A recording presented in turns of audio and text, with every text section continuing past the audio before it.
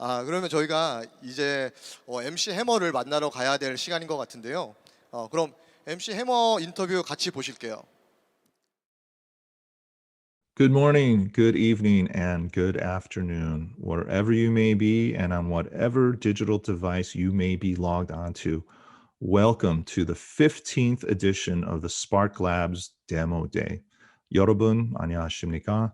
bernicho입니다. And today, I have the honor and pleasure and really the privilege to introduce to you a man who possibly maybe really does not need an introduction. Who am I talking about? I am talking about the one, the only MC Hammer. Now, usually when I introduce speakers, it's in an auditorium and everybody gets up and applauds. But given the fact that this year we're doing everything virtual, remote, and online, this will have to do. And while we have this up, we are now confirming that we have on standby all the way in Northern California, where he was born and bred in Oakland and still calls his home base the Bay Area. We are about to zoom in, turn on, and dive deep with MC Hammer. Hammer, can you see me? Can you hear me okay? How are you doing out there, Hammer? Good. How you doing? Hammer, if it weren't for COVID, chances are we would be doing this interview one-on-one, in person, face-to-face here in Seoul, Korea. But from where I'm sitting in my office, and I'm kind of taking a close peek on the screen, kind of sort of looking at your outdoor location, it actually looks like you've got a fireplace going on. You got a fire, cozy fire all lit up. I'm actually in a portion of, my backyard. I got the fireplaces going, it's nice and cool. I thought we were going to, do a fireside chat, but the production value didn't work out, but it's still all good. It's all good. Dun, dun, dun, dun, dun, dun, dun, dun. I think I've heard that line before. Somewhere, huh? Somewhere. Definitely. Now, with that unscripted, unprompted, unintended actually reference to one of your biggest hits from way back in the day called It's All Good, 1994 to be exact, gives me actually the perfect segue to kickstart this keynote session on a high note. So without further ado, let's get things started. Now, Hammer, you being a pioneering music artist who basically helped hip-hop become pop music through the late 90s and through the 1990s, really. Your career was marked by many number ones and many industry firsts. Now, when it comes to checking off all the boxes for undisputed certified superstar, Grammy Awards, check. MTV Video Music Awards, check. Multi-million selling gold, platinum, diamond albums, check. It's safe to say you've been there, you've seen it, you've done that. But nowadays, when someone surfs the net and searches for MC Hammer, or in these days more and more, maybe yelling at Alexa at who's MC Hammer, there's a very good chance that the top hits that pop up are going to be more and more of your tech industry forays and less about your music industry history. Somehow, buzzwords like tech investor or entrepreneur have really started to climb up and crowd out and maybe even override rapper and music artist as your main job titles, which leads me to my first question. When, and more importantly, what was your first taste in tech? Was it a specific person or a special event, or perhaps maybe even a chance encounter? What was the trigger? And what made you transition from MTV all day, all night on TV superstar to Silicon Valley Sherpa? How did this happen?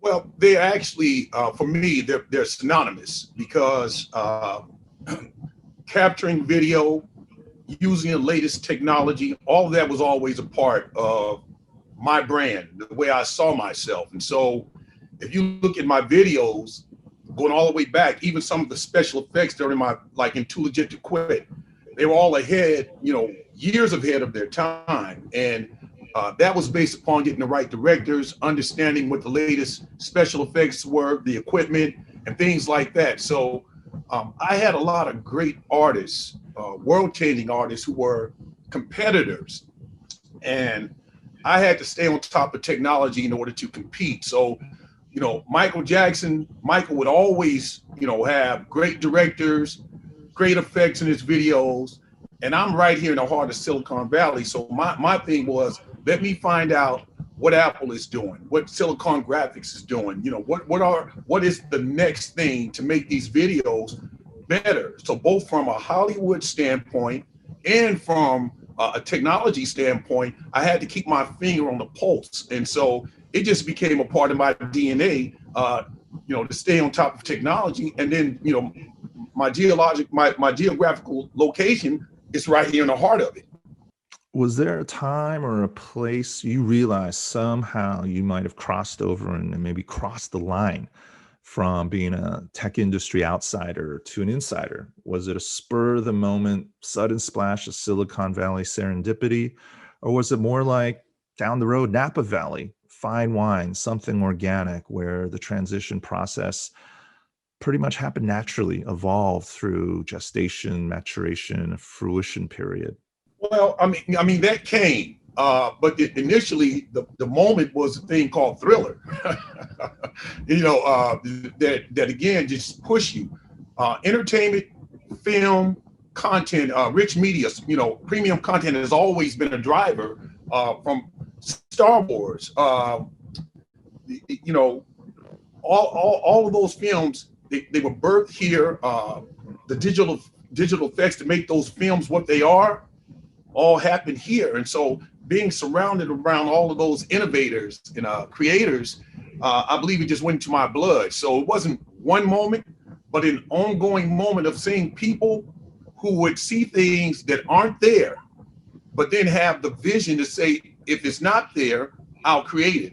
So ILM was created by George Lucas because the effects that he wanted for his films didn't exist.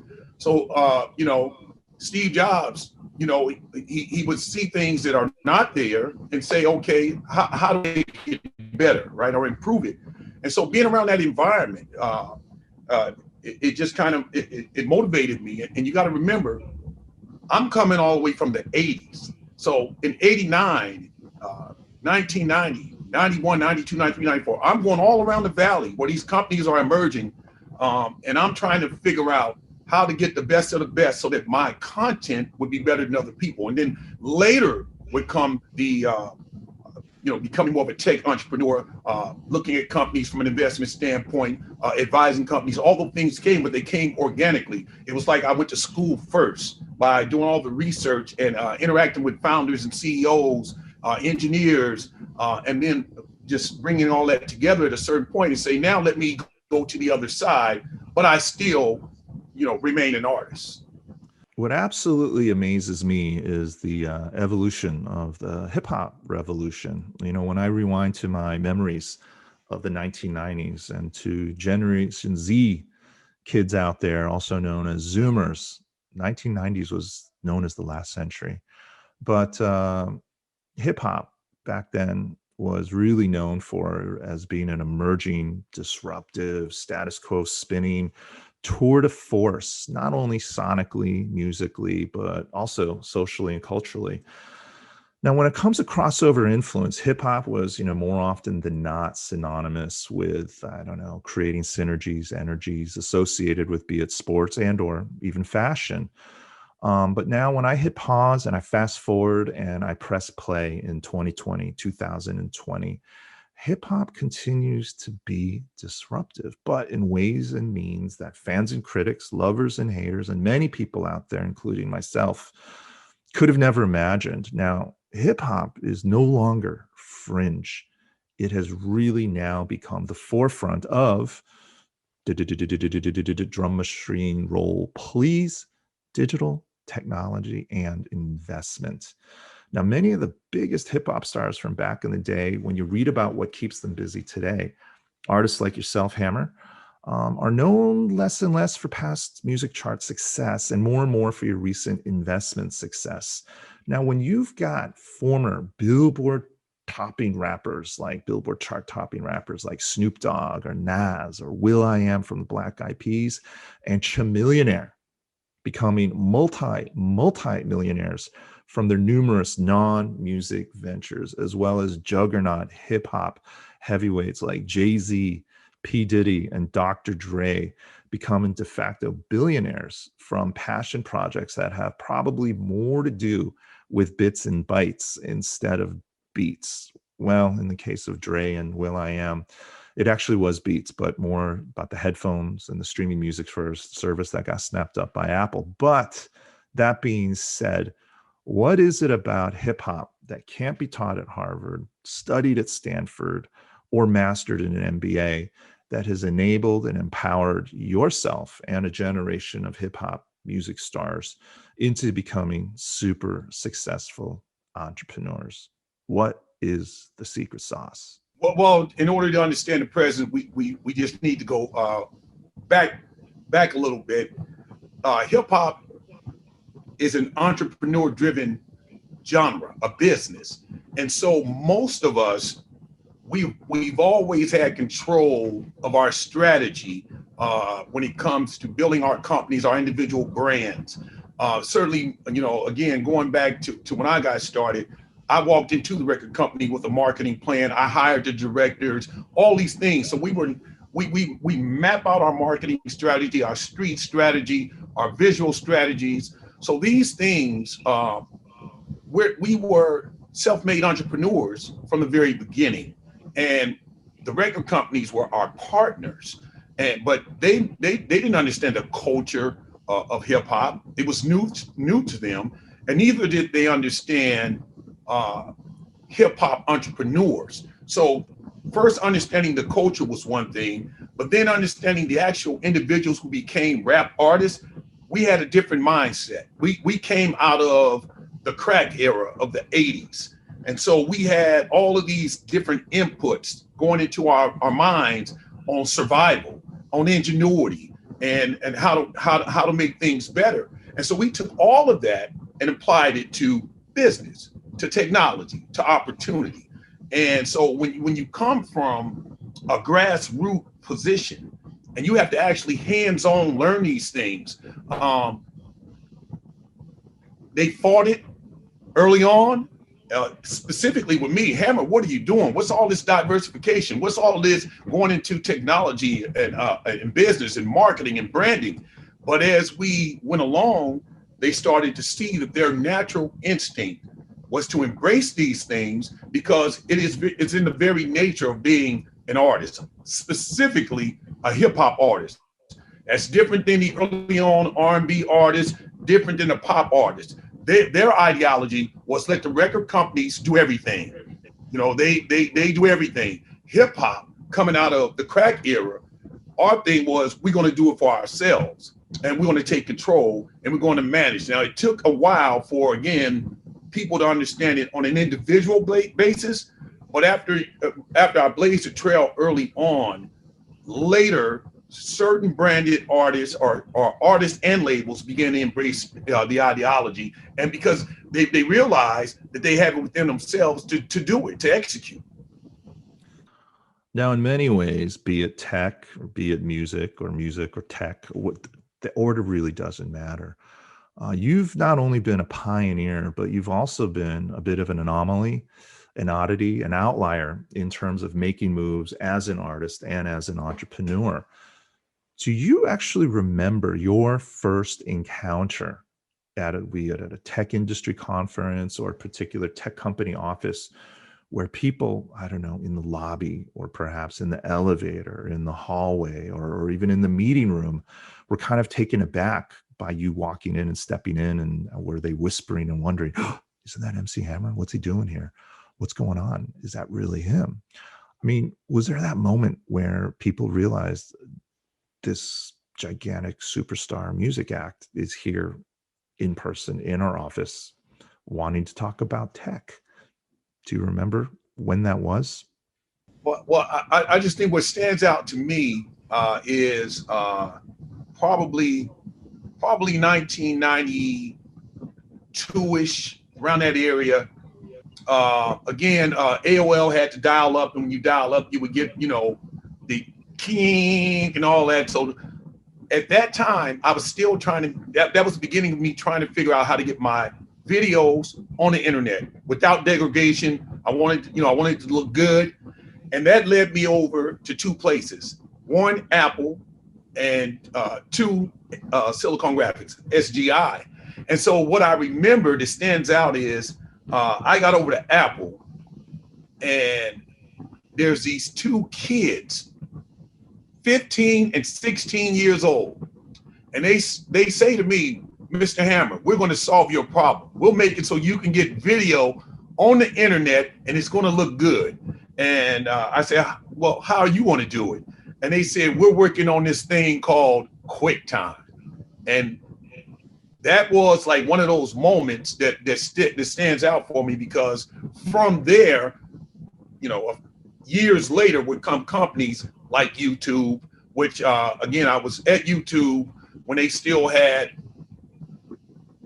varmints, rats running around. They were on top of a piece of parlor, 5 or 6 computers, and working it out. But that journey from the early 90s all the way to, you know, the creation of YouTube, I pursued video on the internet. So it wasn't just like one conference. It was a continuous meeting of some brilliant young minds that were trying to create these companies and ecosystems around, you know, the internet, around the things that would be coming. They created what's next. And that's what I was saying earlier about having that visionary aspect, and saying, if it's not there, then I'll create it. Now, I know you've got 5 kids that you obviously love dearly. And, you know, God knows if anyone asked you to pick who your favorite would be, that would be impossible. You wouldn't, you couldn't, and you definitely shouldn't pick one as your favorite. So with that in mind, if you had to pick not one, but maybe 5 people in your life that you consider to be your most influential, your most inspirational mentors in your amazing eclectic journey from artist to entrepreneur, who would they be and why? First of all, let me say there's one who is the most significant, and it's particularly early on and for a duration, and that would be Ron Conway.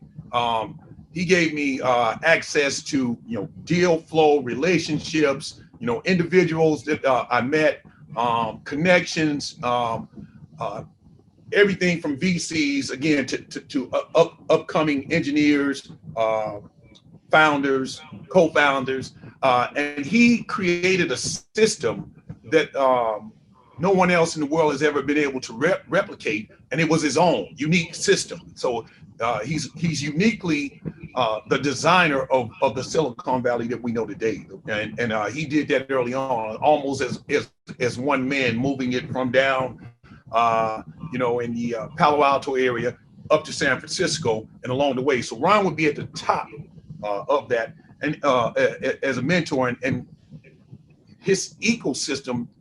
Within his ecosystem were the relationships and the people that created what we know today, from the, you know, all the way from the beginnings of the Googles, the Twitters, the I mean, you name them.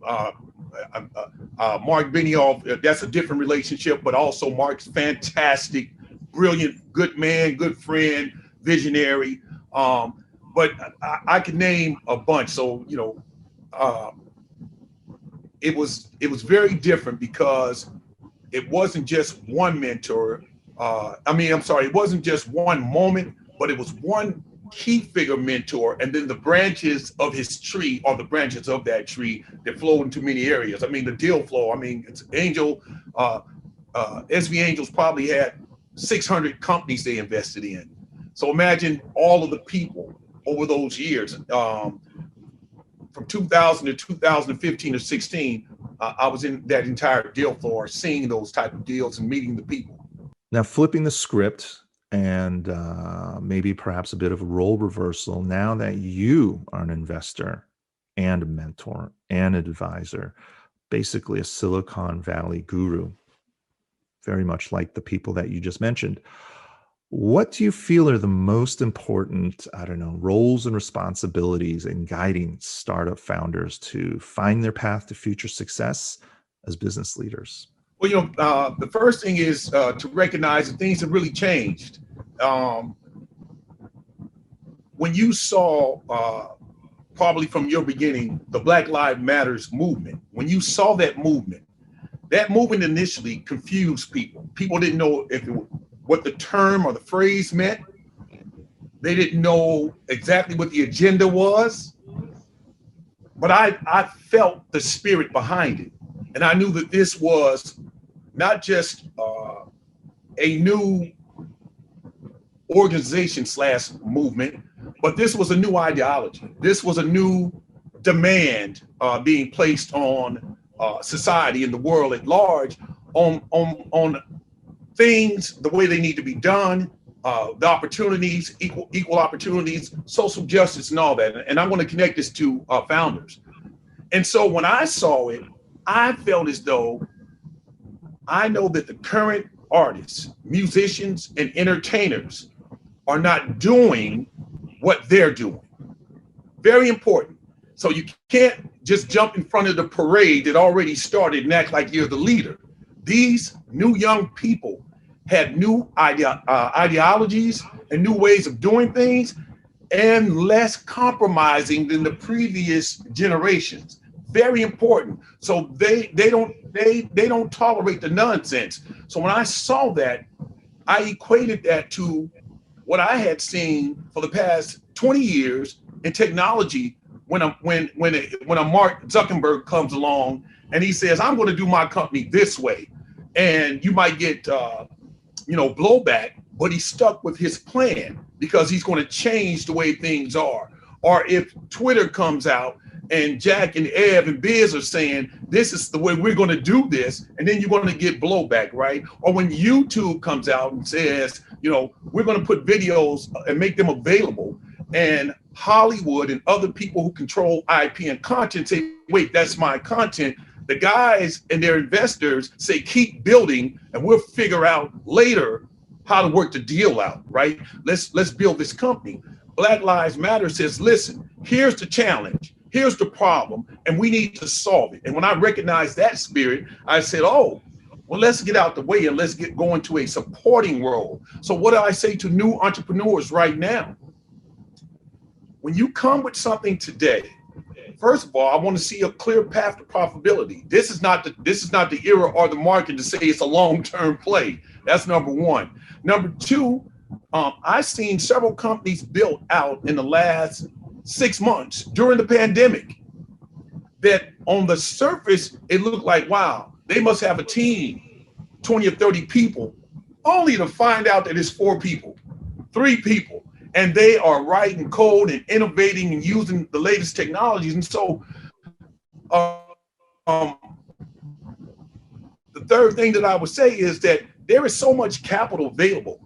Most people don't think that if you're outside, but from the inside, and if this is your life, obviously you know that there is a tremendous amount of investment capital, VC capital available right now. And so I would say, have a great idea. Let the idea be the thing. So idea, you don't need to overbuild your team, and have a clear path to profitability, and stick with your idea. And if it's new and it's innovative, if it's disruptive, like movements have been, like the current movement that shocked the world, changed the world, and effectively changed the president of the United States. If you have something like that, stick to it and keep your head down and work hard. That answer deserves an amen. Obviously, the great idea is the goal, is the vision, is the dream. But over the years, you've probably seen, you've probably studied, you've probably sat through dozens, probably hundreds, maybe borderline thousands of pitch decks and pitch meetings, ranging from the good, the bad, and maybe even the ugly.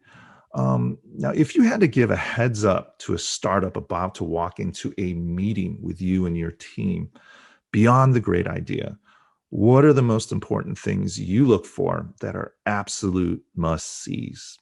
And on the flip side, what are some of the do nots, the don'ts the things that basically are absolute turnoffs, and more importantly, red flags that flash.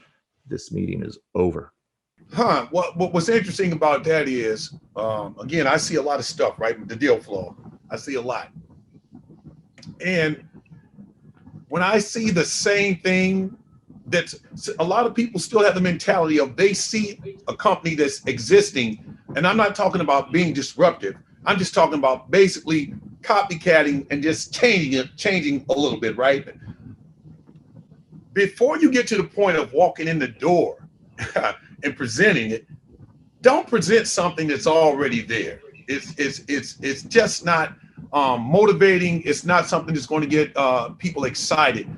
I'm looking for things that are well thought, that execution is a short distance, and that the people that the entrepreneur, because it's all about the entrepreneur. That's something that Ron Conway taught me very, very early on.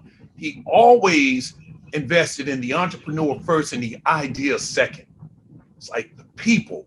So hopefully when you walk in, the energy that you're giving off and the idea are both synonymous in strength, that it makes an investor, he wants to write the check just because he felt your energy. And then if the idea is solid and it's disruptive, and you can see from A to C, right? You can see it. This is going to happen. Then you're willing to roll the dice, invest, make it happen. So that's my, it's not necessarily step 1, 2, and 3, but it's my overall philosophy. So, and right now, I'm pretty excited about a lot of things that I've seen and things that are happening. Currently, one of the hottest topics, not just in the music industry, but also more importantly in technology, is AI, artificial intelligence. Now, whether it's amusing distractions like, I don't know, Jay-Z reciting Shakespeare classics like a slam poet, or disturbing developments such as deep fakes popping up in everything from porn to politics, AI is both a subject of fascination and fear. What is your read? What is your take on AI, artificial intelligence? Is this something that smart people and smart money should be doubling down on in terms of investment? Or should it be something that maybe requires a bit more of a wait and see from the sidelines position? Well, I'll talk about myself. I'm heavily invested in AI, believe in it wholeheartedly. And the first thing I don't think about is the novelty stuff that you mentioned, like somebody having Jay-Z read a poem or whatever that is. But that's of zero interest to me. I have no interest. I'm looking for the things that the applications of the AI that open up doors, they can create new things that don't exist, they can make life more convenient and things like that. And so, and with that comes obviously there's great monetization and market share that comes with that. So I'm more interested in that. And with that being said, I think there is a golden opportunity because we're still at the initial phases or stages of AI. AI is just a buzzword right now that people try to throw on everything without having any understanding of what it actually means and what it does. It has applications that go well beyond, Alexa, things like that. It's well beyond that. And so and then it drifts into things like neuroscience and consciousness and all these other things. The very building blocks of AI is based on all that, right?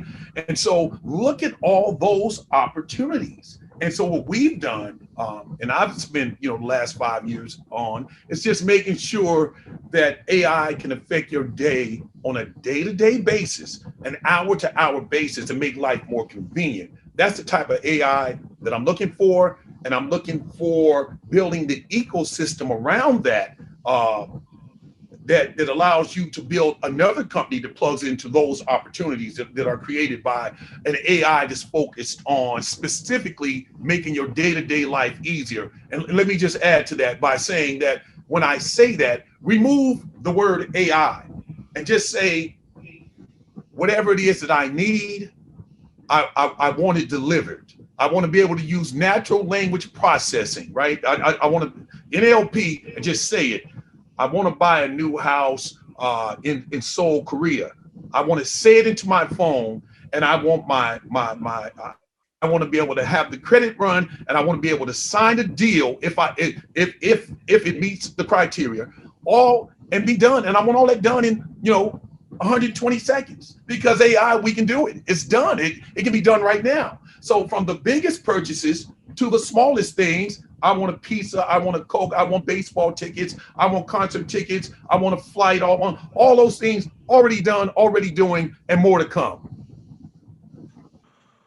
One of the things that impresses me when I was reviewing and studying a lot of the interviews that you've done over the years is you're big on this concept, this thing known as CSR, corporate social responsibility.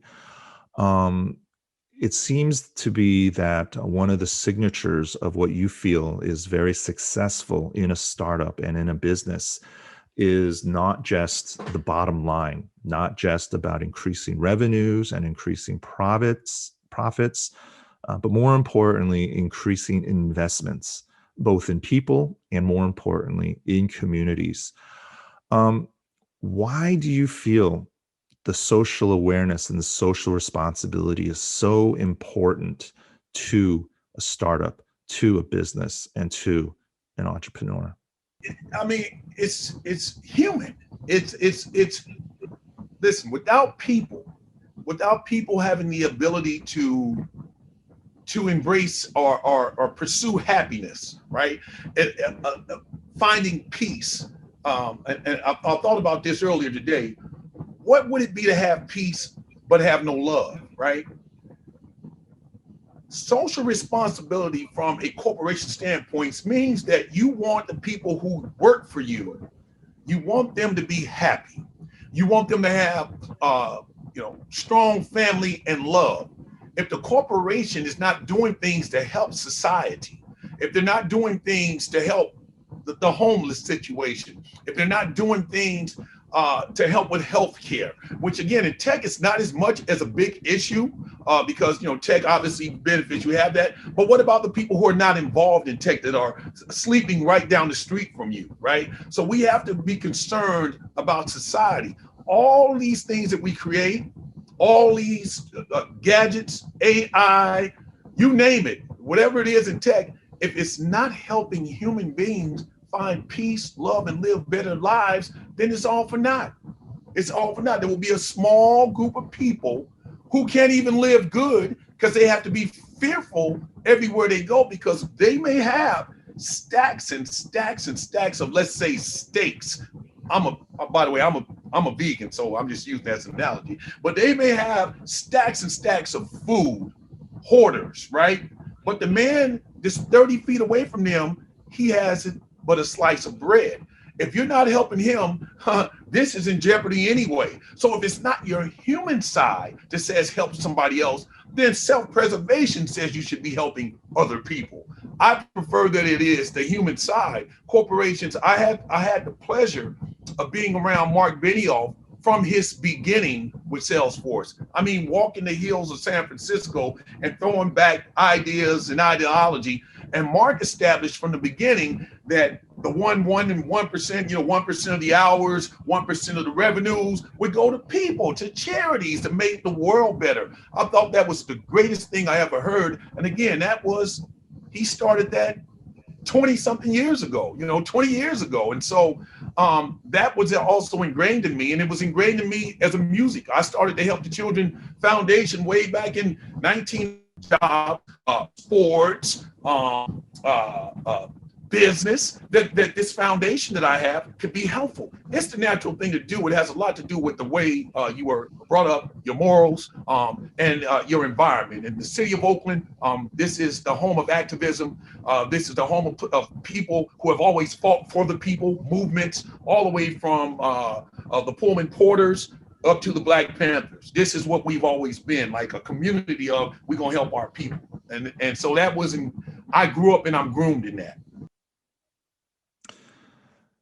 Being in the tech space and the investment space as long as you have, Obviously, you're going to have some hits and you're going to have some misses in terms of opportunities.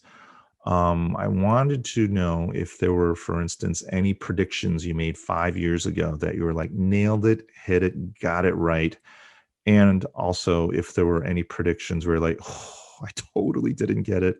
I should have jumped at it. Or I just completely got it wrong.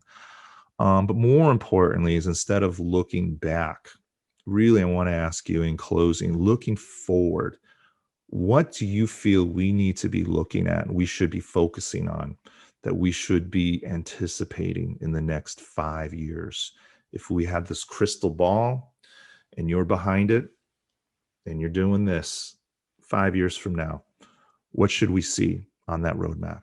Well, let me answer that. So ooh is like every businessman. I wish I had put money in X, right? Whatever X is, right? X remains the unknown, right? But I get over that quickly because I am a thinker, an inventor, and I look forward, right?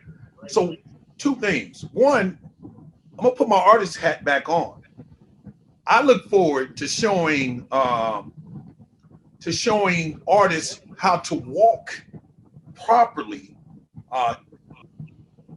in your, look, I don't want to be self-serving, but this is what I want to say. How to walk, how to be a king, how to walk in greatness, how to walk gracefully in greatness and mastery of your craft. In other words, your whole catalog, you know how to deliver it, but you're now delivering it at a level that if somebody knows that you're doing a show and it's invite only and it's 100 people, there's a possibility that they could miss the greatest show they've ever seen. Why? As an artist at this stage in your career, you should always be able to hand sheet music to great musicians, guitar players and so forth, and horn sections and drummers, and they can strike up this great music that you created, and then you have the control of your cadence, your voice, the rhythms, and the emotions, and of course the presentation, the fashion, and the look. You should be able to step out in that environment and give the world the greatest show they've ever seen, and hope that it's captured and shared across all these platforms. And oh, by the way, since you own it all, you monetize it all too. That's a sideline benefit, right? So that's one thing I look forward to doing in the future, because I've made sure that not only have I mastered my catalog, but during the pandemic and prior to it, I've recorded another 100 songs that actually make up what music has been since the 60s until today, and that on the drop of a dime, I'm ready to deliver a presentation of that fits inside of Fortnite, that fits inside of Roblox, that fits inside of other environments, whether they be platforms or live music or touring or whatever. And what goes along with that, obviously, is, again, these are things that you own because you own yourself, right? So that's one thing. Two, we're looking down the road. The world would now have solved pandemics, right? Manageable. You've already done it there. Like, so all we had to do was look and pay attention. It wasn't that difficult. It's like we didn't have to recreate the wheel. How are you managing the pandemic? Wow, look, it's going great. Maybe we should do it the same way. So we would have mastered the pandemic. I'm hoping, so let me say it's very important for me.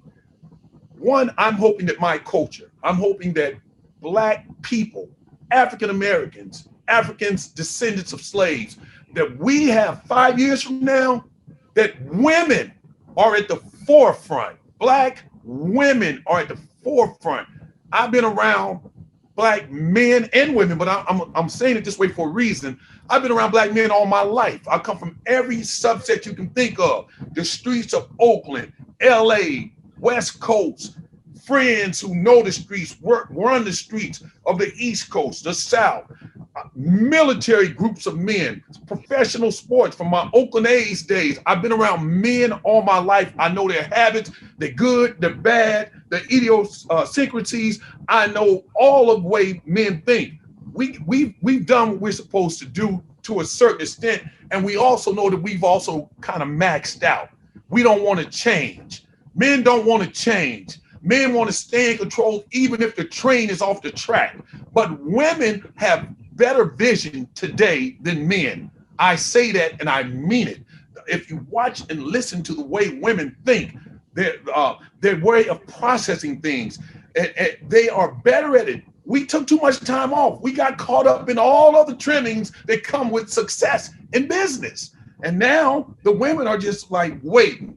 And just like a great entrepreneur, a great leader, a great CEO, they're ready to take the reins. They're ready to run our country, America. They're ready to run your country. They're ready. And so 5 years from now, I'm hoping that women are in not only in positions of making decisions, but they are literally leading the world. Then what does that mean? That means that men can be great supporters. Men will never stop having power and influence. And I think the world will end up being a better run place, a more sympathetic place, a more loving place, and above all, a more peaceful place. That's my 5-year outlook. Wow, talk about mic drops. That is going to be very hard to follow up on comments on with words of wisdom like that on what we should be expecting and looking forward to over the next 5 years. And with those words of wisdom, I want to thank you, Hammer, and I want to thank everybody out there who made the time to listen, to watch, and to experience this very unique and very special Demo Day 15. Hopefully, next time, Hammer, we can have you here in Seoul, in person. I look forward to coming to Seoul. I love Seoul, and I got friends in Seoul. And when I come, I'm doing it all from the business to tech to the music to I'm bringing the entire Hammer with me. And we will get that fireplace ready when you roll into town. Good to see you guys. Take care. All right. On behalf of SparkLabs, stay healthy, stay safe, stay warm, and enjoy the rest of the day. 안녕히 가십시오. 와우. 저는 사실 지금 MC 해머 이 인터뷰를 저도 처음 보는 건데 저도 정말 놀랐어요. 지금 단순히 저희가 알던 래퍼가 아니라 정말 지금은 온전한 투자가로 그리고 열렬한 또 이제 스타트업의 지원자로 이렇게 완전히 변모를 한 모습을 보고 그리고 특히 AI 얘기하시고 비건이나 뭐 여성 창업가들 관련된 이슈를 얘기하실 때는 저도 되게 공감되는 부분이 많았는데요. 그 형석 대표님은 어떻게 보셨나요? 뭐 지금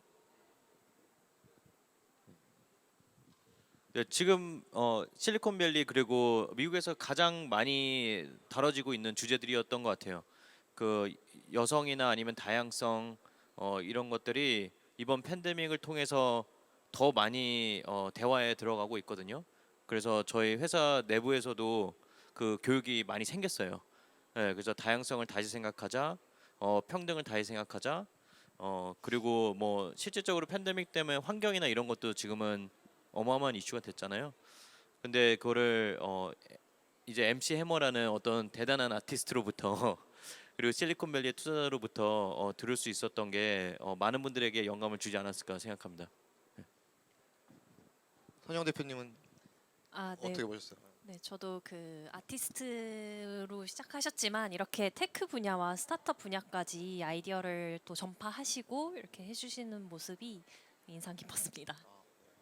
저는 사실 되게 좀 한 가지 부러웠던 게 MC 해머가 실리콘밸리에서 막 론 커네이나 마크 바이너프나 이런 분들이랑 막 자기가 약간 멘토다 이럴 때 들었을 때 사실 이걸 실리콘밸리 스타트업이나 이런 투자자들 조금만 아시는 분들이면 그분이 얼마나 대단한 분이신지 알 거예요. 막 페이스북 투자하고 구글 투자하고 마크 베이너프는 세일즈포스 만든 사람이거든요. 근데 그런 거 보면서 역시 좋은 사람을 만나는 게 되게 굉장히 중요하구나. 그래서 제가 옆에 계신 두 대표님들 한이님 꼭 잡고 두 손 꼭 잡고 가겠습니다. 네.